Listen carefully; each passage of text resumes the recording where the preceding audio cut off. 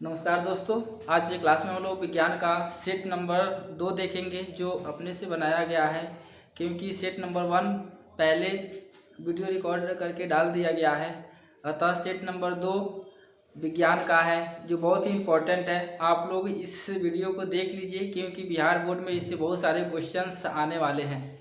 तो चलिए बिना समय गंवाए मैं इस वीडियो को चालू करता हूँ। क्वेश्चन नंबर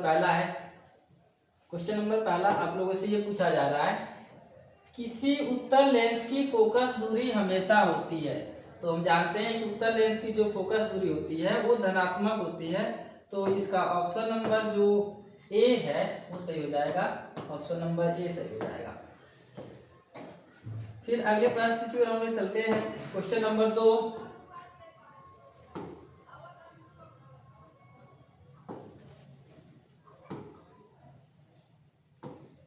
क्वेश्चन नंबर 2 है, किसी शब्दकोश में पाए गए छोटे अक्षरों के पढ़ने के समय आप निम्न में से कौन सा लेंस पसंद करेंगे।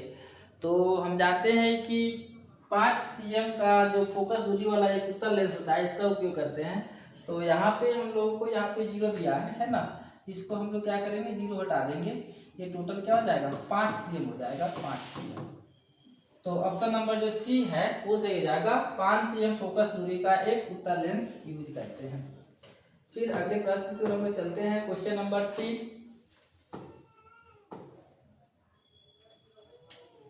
क्वेश्चन नंबर 3 जो है, मोटर गाड़ी के चालक के सामने सामान्यतः लगा रहता है, यानी हम लोग साइड मिरर के रूप में कौन सा दर्पण का यूज करते हैं। तो हम लोग जानते हैं कि साइड मिरर के रूप में उत्तल दर्पण का उपयोग करते हैं। तो इसका ऑप्शन नंबर जो बी है वो सही हो जाएगा, उत्तल दर्पण। ऑप्शन नंबर बी सही है।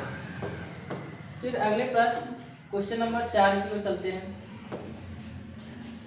एक व्यक्ति समतल दर्पण की ओर 4 मीटर प्रति सेकंड की चाल से आ रहा है। व्यक्ति को समतल दर्पण में बना अपना प्रतिबिंब किस चाल से आता हुआ प्रतीत होता है। तो जो भी चाल देता है उसका दुगुना चाल से प्रतिबिंब मूव करता है। तो 4 का दुगुना हो जाएगा 8। ऑप्शन नंबर जो सी है ये सही हो जाएगा, 4 मीटर प्रति सेकेंड। क्वेश्चन नंबर 5, नेत्र लेंस की फोकस दूरी बढ़ जाने से आंख में उत्पन्न दोष होता है। फोकस दूरी बढ़ता है तो दीर्घ दृष्टि दोष होता है। तो इसमें ऑप्शन नंबर जो बी है वो सही हो जाएगा, दीर्घ दृष्टि दोष। क्वेश्चन नंबर 6, दूरदृष्टि दोष वाले व्यक्ति द्वारा जिस चश्मे का प्रयोग किया जाता है उसमें लगे लेंस होते हैं।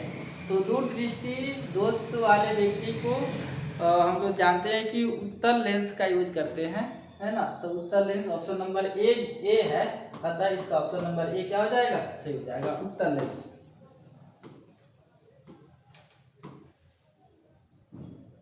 क्वेश्चन नंबर 7, विद्युत आवेश की इकाई होती है। तो हम जानते हैं कि विद्युत आवेश का इकाई कूलाम होता है। तो ऑप्शन नंबर ए जो है सही हो जाएगा, कूलाम।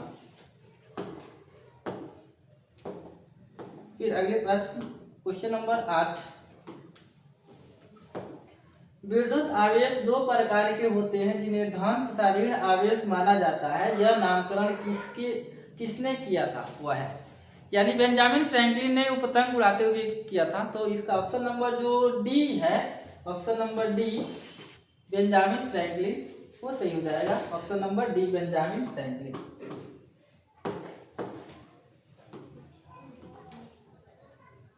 क्वेश्चन नंबर 9, एक पदार्थ को 1 कूलाम धन आवेश में आवेशित किया गया है। इस आवेशन में पदार्थ से जो इलेक्ट्रॉन निकल गए उनकी संख्या है। तो हम जानते हैं कि 6.25 × 10 के पावर 18 इलेक्ट्रॉन त्याग करते हैं। तो इसका ऑप्शन नंबर ए जो है सही हो जाएगा। क्वेश्चन नंबर 10, किसी विद्युत बल्ब पर 220 वोल्ट तथा 100 वाट अंकित है। जब इसे 110 वोल्ट पर प्रचालित करते हैं तब इसके द्वारा उपयुक्त शक्ति कितनी होती है। तो देखिए यहाँ पे देखा जाए तो 110 वोल्ट है, 220 वोल्ट का हम लोग को घर में आता है तो आधा किया गया है। तो इसका आधा कितना हो जाएगा, 110 का आधा हो जाएगा, देखा जाए तो 100 वाट का है। तो ऊर्जा होता है तो 100 का आधा करेंगे तो 50 वाट। इसका ऑप्शन नंबर जो सी हो जाएगा सही।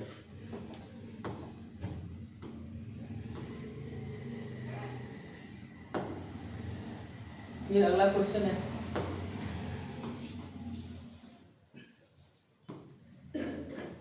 चलिए इसको स्क्रॉल करके दिखा दिया जाएगा।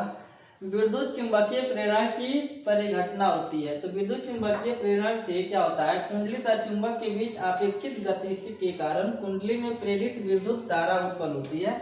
अतः इसका ऑप्शन नंबर सी जो है सही हो जाएगा, ऑप्शन नंबर सी।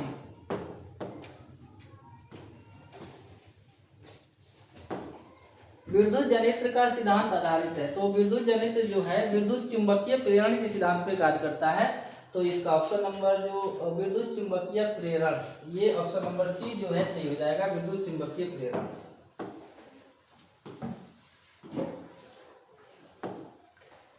लघु पतन के समय परिपथ में विद्युत धारा का मान होता है। लघु पतन के समय विद्युत धारा का मान अत्यधिक बढ़ जाता है। तो इसका ऑप्शन नंबर सी जो है सही हो जाएगा, बहुत अधिक बढ़ जाता है। उम्मीद है कि आप लोग को ये समझ में आ रहा है और आप लोग अपने से टेस्ट लगा भी रहे होंगे, जिससे आपको पता चलेगा कि हमारा कितना तैयारी हुआ है और कमी हुई है तो उसको और जोर से तैयारी करना है। आप लोग जोर शोर से तैयारी कीजिए परीक्षा को। 14 नंबर प्रश्न, प्रतिक्रिया PbO प्लस सी बनाता है Pb प्लस CO। ये सी एक अवकरण है, क्योंकि यहाँ पे ऑक्सीजन जो है, ऑक्सीजन बगल वाले से क्या हुआ, आकर जुटा हुआ है। तो ये सी एक अवकरण है।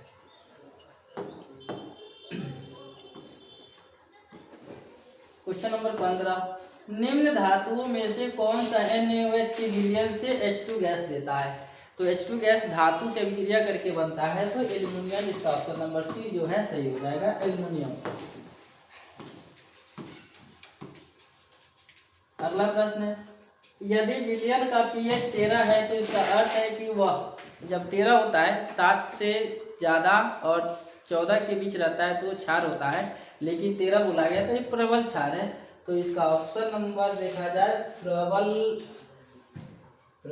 भास्मिक है। तो इसका ऑप्शन नंबर डी सही हो जाएगा। ठीक है, फिर अगले प्रश्न 16 हो गया है। 17 नंबर पे हम चलते हैं। साधारण ताप पर फास्फोरस का अणु सूत्र है। साधारण ताप पे फास्फोरस जो होता है P4 के रूप में होता है। तो इसका ऑप्शन नंबर डी जो है सही हो जाएगा, P4।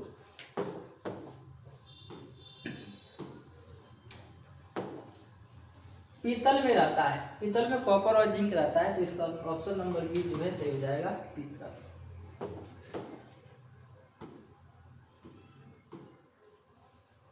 19 नंबर, धातुओं की प्रकृति होती है। धातुओं की प्रकृति जो होती है विद्युत धनात्मक होती है। तो अतः इसका ऑप्शन नंबर ए जो है सही हो जाएगा, विद्युत धनात्मक।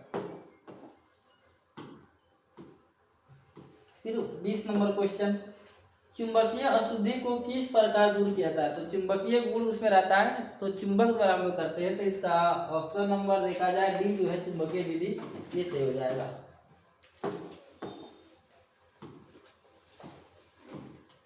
21 नंबर क्वेश्चन, कार्बनिक यौगिकों का आवश्यक तत्व है। कार्बनिक यौगिक में कार्बन ज्यादातर कार्बन होते हैं। तो इसका ऑप्शन नंबर ए जो है सही हो जाएगा, कार्बन।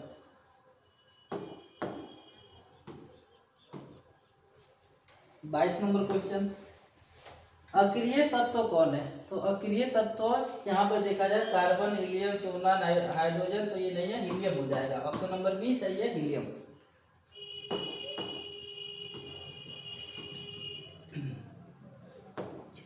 एल्कीन श्रेणी के यौगिकों का सामान्य सूत्र है। तो एल्केन का होता है, एल्केन का सूत्र होता है CnH2n+2 होता है। लेकिन एल्कीन का होता है CnH2n होता है। तो इसका ऑप्शन नंबर देखेंगे तो यहाँ पर इसका ऑप्शन नंबर ए जो है सही हो जाएगा। इसका ऑप्शन नंबर ए सही हो जाएगा, एल्कीन।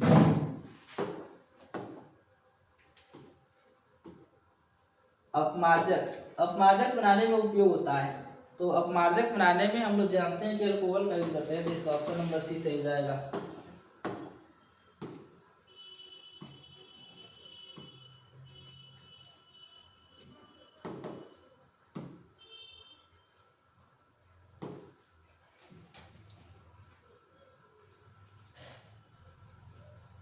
चलिए अगले क्वेश्चन की ओर हम लोग चलते हैं। अगला प्रश्न जो है यहाँ पे देखा जाए तो यहाँ पे ना ये तंग कर दी है ना, मकड़ी है क्या कि माछी है, तंग कर दी है। चलिए अगला प्रश्न, आवर्त सारणी के 7A के तत्व, 7A का तत्व जो है ना, क्या होते हैं, ये हाइड्रोजन कहलाते हैं। धातुओं के साथ अभिक्रिया नहीं करते हैं तो ये हाइड्रोजन तत्व कहलाते हैं। तो ऑप्शन नंबर इसका जो ए है ये सही हो जाएगा, ऑप्शन नंबर ए। फिर अगले प्रश्न की ओर हम चलते हैं। आवर्त सारणी में बाएं से दाएं जाने पर प्रकृतियों के बारे में कौन सा कथन असत्य है? तो ये देखा जाए तत्वों की धात्विक प्रकृति घटती है, ये गलत है, यानी असत्य कहा है तो ये सही है ना। संयोजकता इलेक्ट्रॉन की संख्या बढ़ जाती है, ये भी सही है। परमाणु आसानी से इलेक्ट्रॉन का त्याग करते हैं, ये गलत है। तो हम कहा जाए कि असत्य कथन पूछा हुआ था तो यही हो जाएगा, ऑप्शन नंबर सी सही हो जाएगा, ऑप्शन नंबर सी सही हो जाएगा।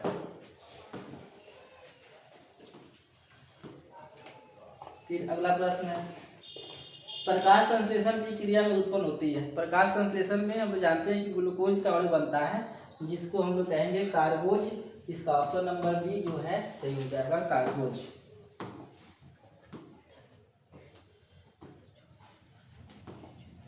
अंडाणु निषेचित होता है, तो हम जानते हैं कि अंडाणु निषेचित होता है फैलोपियन ट्यूब में, तो इसका ऑप्शन नंबर सी जो है सही हो जाएगा, फैलोपियन नलिका से।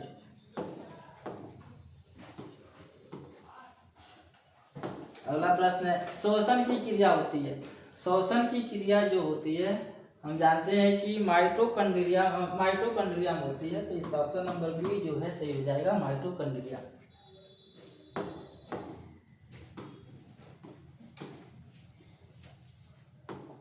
एक स्वच्छ मनुष्य में प्रकुंचन एवं अनुशीतलन दाब होता है, तो जानते हैं कि 120/80 होता है, तो इसका ऑप्शन नंबर ए जो है सही हो जाएगा।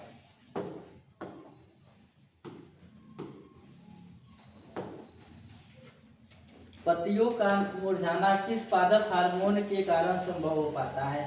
तो पत्तियां मुरझा जाती है ना, ये एब्सिसिक अम्ल के कारण, ये तो ऑप्शन नंबर सी जो है सही हो जाएगा, एब्सिसिक अम्ल।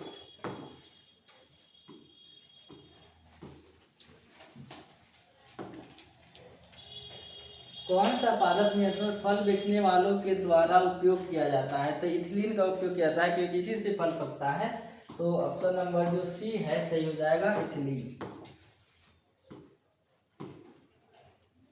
33 नंबर क्वेश्चन, कार्बनिक यौगिकों में कार्बन की संयोजकता होती है, तो कार्बनिक यौगिकों में कार्बन की संयोजकता 4 होती है, तो इसका ऑप्शन नंबर बी जो है सही हो जाएगा।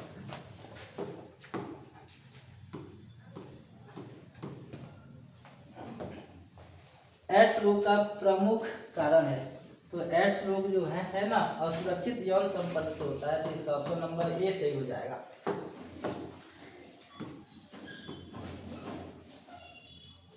पैंतीस नंबर क्वेश्चन, चमगादड़ एवं पक्षी के पंख किस प्रकार के अंग के उदाहरण है? तो ये समरूप होते हैं, चमगादड़ और पंछी के पंख जो होते हैं समरूप होते हैं, तो ऑप्शन नंबर ए जो है सही हो जाएगा।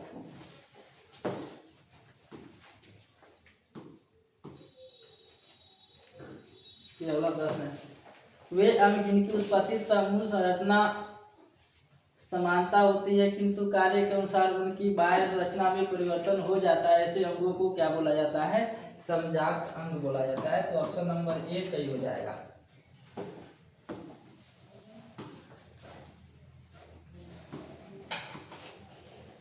अगला प्रश्न है, चलिए इतना ठीक है। फिर 37 नंबर क्वेश्चन, कृत्रिम परितंत्र का उदाहरण है, यानी मानव के द्वारा बनाया गया परितंत्र है। तो वन तालाब भी प्राकृतिक होता है, झील तालाब प्राकृतिक होता है, बगीचा और खेत ये सही हो जाएगा। ये मानव के द्वारा, बगीचा मानव लगाता है, खेत भी मानव, खेत में फसलों की उत्पादन करता है मानव, तो ये कृत्रिम है, अतः ऑप्शन नंबर सी सही हो जाएगा।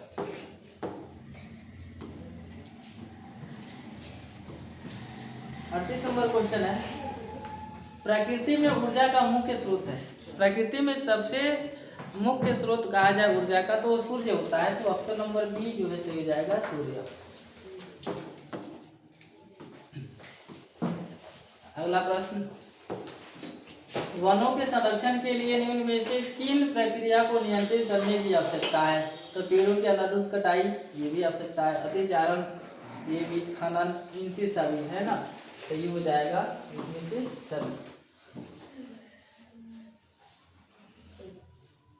सभी का।